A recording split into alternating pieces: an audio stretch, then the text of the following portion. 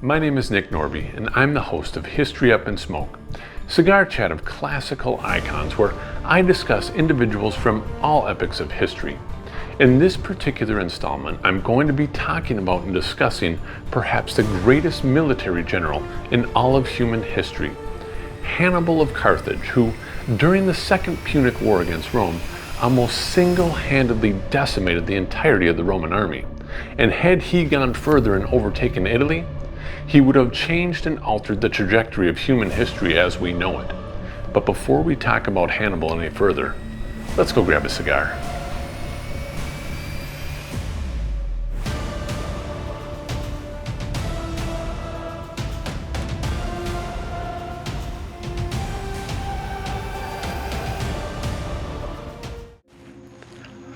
Well, I decided to go with the Quai d'Orsay cigar. This is a Cuban cigar that was actually made and manufactured for the French people, hence the French name. But like I said, it's a Cuban cigar, and I have never had one of these before. And it's actually not probably one of the more prominent or popular Cuban cigars that are on the market today. But man, it's a very good-looking cigar. It is 54 ring gauge, and if I had to guess, I'd probably say it's maybe about 5.5 inches in length. So it's smoke-wise, it's probably a solid 45 minutes to an hour for something like this. But yeah, I'm kind of excited to light this up and try it. Scent-wise, not really giving off a whole lot at all. I haven't had it for that long, actually. I've probably had this cigar for maybe about 2.5 to 3 months. And it's been resting in the humidor. And speaking of humidors, I just recently got a new one that I ordered on Amazon. And I ordered a 400 count humidor. Kind of large, but I wanted a big one so I could fill it up. And when the UPS man dropped the humidor off, I didn't even think to look at it. Just sort of, like a little kid, started tearing the box open and stuff. And I looked at it and I took a step back and I said, man, this thing looks kind of small. I'm like, this is a 400 count? And I looked over at the box. It was a 250 count. So yeah, needless to say, I got a hold of Amazon right away. And I let them know that I got the wrong humidor, and it was the correct brand, but size-wise it was incorrect. And they were like, "Are you sure?" And I said, "Yes, I'm absolutely 100% sure." So what they basically did is they did the right thing. I ended up saying, "Yeah, I'll go ahead and keep the humidor," and they compensated me for it. But I asked them, I was like, "Well, can you credit it back to my credit card?" And they said, "No, unfortunately, we can't do that, but we'll give you a credit on your Amazon account." And I was like, "Great!" And about a day or two later, without using it, it was gone. My wife got a hold of it, saw the credit there, and spent my gift card. But I can't get upset with her about that because she's a very kind woman and is always treating me very kindly as well. So definitely not going to get upset with her about that. But I was just a little surprised when I went to grab it or to make a couple purchases that there was virtually no balance left. And I started asking around the house. I'm like, hey, who did this? And she's like, "Oh, that was me." So I learned my lesson there. But I want to talk a little bit of history. We'll just get this lit up real quick. And who I want to actually talk about tonight is a very significant individual. And I think without question, he's probably one of the greatest military generals in all of history. And he's often forgotten. Giving off a lot of smoke. And his name is Hannibal of Carthage. And when most people think of great generals from antiquity, his name doesn't pop up on that list. People think of the likes of Alexander the Great, Julius Caesar, Napoleon Bonaparte, perhaps even George Washington comes to mind. And to the casual everyday reader or sort of lay person that doesn't really explore history, he's unknown to them. But Hannibal was, like I said, probably the greatest top 1 or 2 greatest military tacticians in all of history. And what made him so great was that he was a master of surprise. This guy would just completely think out of the box and was completely unconventional with regard to his warfare tactics. It wasn't really guerrilla warfare, but we'll get into more details about that as we get going. But I mean, the guy did things that would completely leave his enemies speechless or aghast and just in utter disbelief at what he was able to do. And one of these, and we're going to talk about this in a little bit, was the guy actually took an army with thousands of pack animals, elephants, and 60,000 soldiers through the Alps. Something that even in modern days, nobody would attempt to do this. He took them through the Alps to the northern border of Italy, and he did this to attack their sworn enemy, the Romans. But I mean, this was just absolutely ludicrous crazy, and it was something that the Romans would have never imagined in their wildest dreams that somebody would do. Now, there was a great cost that came with this as well, because Hannibal, when he left Spain with his army to cross the Alps, he had 60,000 soldiers with him. When he finally made it,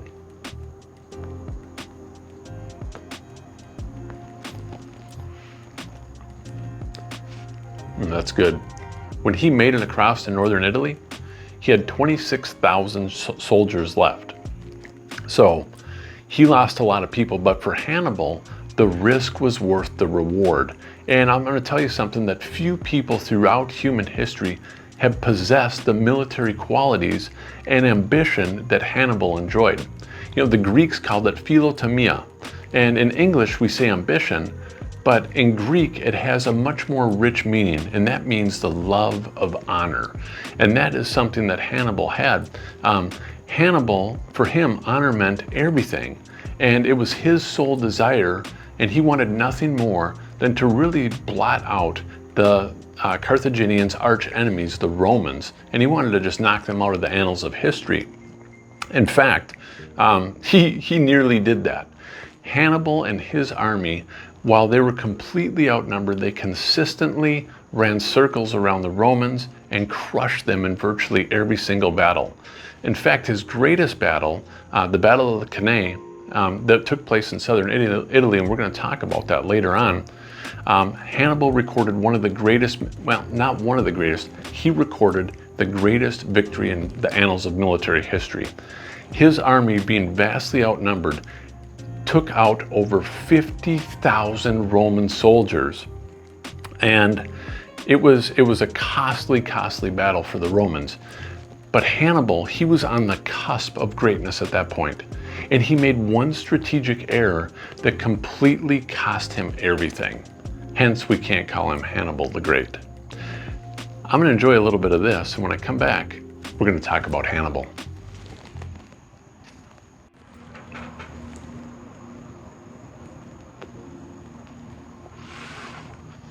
Very good cigar. Putting out a crazy amount of smoke. Very good flavors too, I might add. You know, when I looked this up to see kind of what the flavor notes were for this cigar, it said that there tended to be kind of almost a burnt caramel, and then also sort of a sweetness, like a honey to it. And I can see a little bit of the sweetness to it. Not get any of the caramel at this point, however.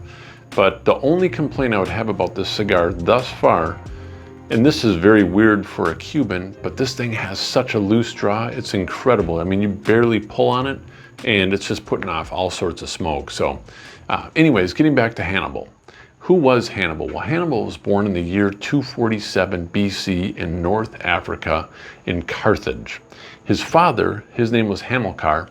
He had 3 sons, with Hannibal being the oldest of them. Now, when Hannibal was 9 years of age, his father actually brought him and his brothers to Spain for a military campaign that his father was actually going to participate in. And this is sort of interesting. Hannibal would not set foot back in his homeland for over 40 years. And what's really sort of weird about this whole thing, being that he's from Carthage, there isn't a single extant piece of information about him that exists from Carthage. Nothing, zero, zip, zilch, nada. All the information that we have about him actually comes to us from Greek and Roman sources. And man, it's you know, speaking of the Romans, they were the sworn enemies of the Carthaginians, and they're the ones writing about them. But what's interesting is, at a young age, it wasn't 9, but when they were in Spain, Hamilcar actually took Hannibal into a temple, and he made him swear on oath by death or eternal damnation that he would destroy the Romans. Well, the reason these two countries hated each other so much was because during the First Punic War, there was a power struggle for who was going to emerge victorious or as the dominant nation that was going to control the Mediterranean region. Well, eventually, the Romans became victorious by seizing and defeating the Carthaginians and taking over the island of Sicily. This was actually followed up with another humiliating defeat when they lost the island of Sardinia. And this gave the Romans at that point in time naval dominance in the Mediterranean Sea. So they were able to control the ports, they controlled the sea, what was going back and forth, they had control over all that. Now the Carthaginians, while they were beat up, they weren't defeated. They were just in a very weakened state at this point in time. And that's when Hamilcar set his sights for Spain, and he did so for a number of reasons. Number one, Spain was a very wealthy country that produced a ton of silver. There were silver mines all over. Well, if you have access to silver mines, you can mint coins. And if you can mint coins, you can produce money to buy goods and services to support you in your endeavors for a war, or whatever the case might be. But it also gave them access to Italy via land. Not crossing over the mountains, but taking the coastline, they could gain access to Italy because they had lost their naval superiority. So the Carthaginians had no other way to attack other than via land. And third and finally, let's just say the Spaniards didn't exactly particularly care for the Romans. So it made the welcoming of the Carthaginians all that more. You know, so they enjoyed their time in Spain, being able to set up, regroup, and sort of get ready to crush the Romans. Sadly, in about 228, Hamilcar died in a battle, and the obvious choice for a leader at that point in time was his son, Hannibal.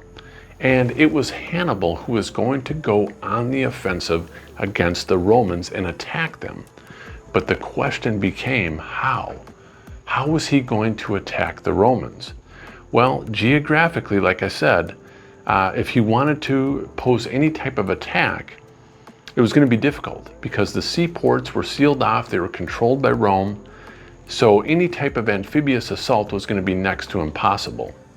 Second, they could try and travel around the coastline of Spain, but if they wanted to surprise the Romans, that was going to be nearly impossible. They would get spotted, and Hannibal's army didn't have the strength at that point in time to really fight off the Romans. The third option was to go over the Alps. Yeah, this was insanity. The Romans, they would have never imagined in their wildest dreams that the Carthaginians would attempt to traverse the Alps. Just, I mean, you didn't do this. The Alps were a natural barrier. They were a natural border wall that prevented people from coming south into Italy, because Italy, if you've seen it on the map, obviously you know this, but it's shaped like a boot, but it has water on 3 sides of it. So if you can't attack by the sea, you're gonna have to go by the land. And to get there, you have to cross that border wall, which is impossible. Even in modern day standards, people would not attempt to cross the Alps. Well, in June of about 218, Hannibal packs his bags, takes 60,000 men with him, and they begin to try and traverse the Alps. And according to the ancient historian Livy, the route that Hannibal and his men took was the Rhone route, or the Rhone Valley route, and that's because it went north into Gaul, or what we would call modern France.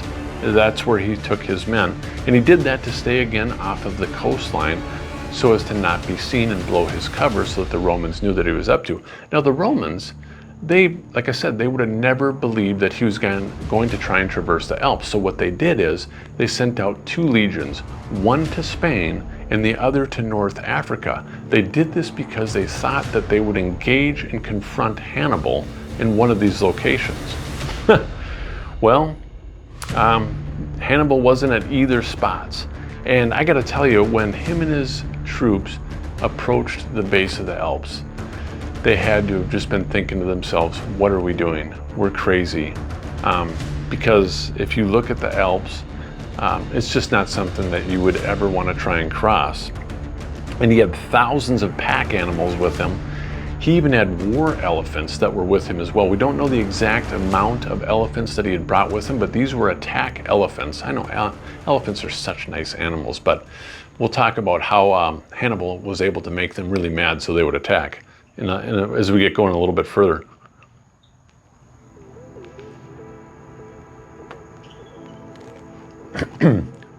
This does have a sweet note to it, which I'm really, really appreciating. So yeah, I like that. Anyways, something else that deeply concerned Hannibal, perhaps more than anything, was when they started to make their way through the Alps, was he feared the tribesmen, or the tribes that were in these mountains. And he feared that they would pose a more serious threat than almost anything, because you have to think about this. If you have 60,000 people, thousands of animals, you are a walking, moving city. And this city is going to consume literally everything along the countryside. So they're going to be consuming everything. Well, if you get to one of these tribes and where these people reside and live, and you start taking all their crops and food, you're depleting their resources and they're going to attack you. That is what Hannibal feared more than anything. And we're going to talk about their traverse through the Alps and some of the problems that they encountered in just a minute. I want to get down a little bit further on this and enjoy it, and we'll be back in just a second and do a little more history.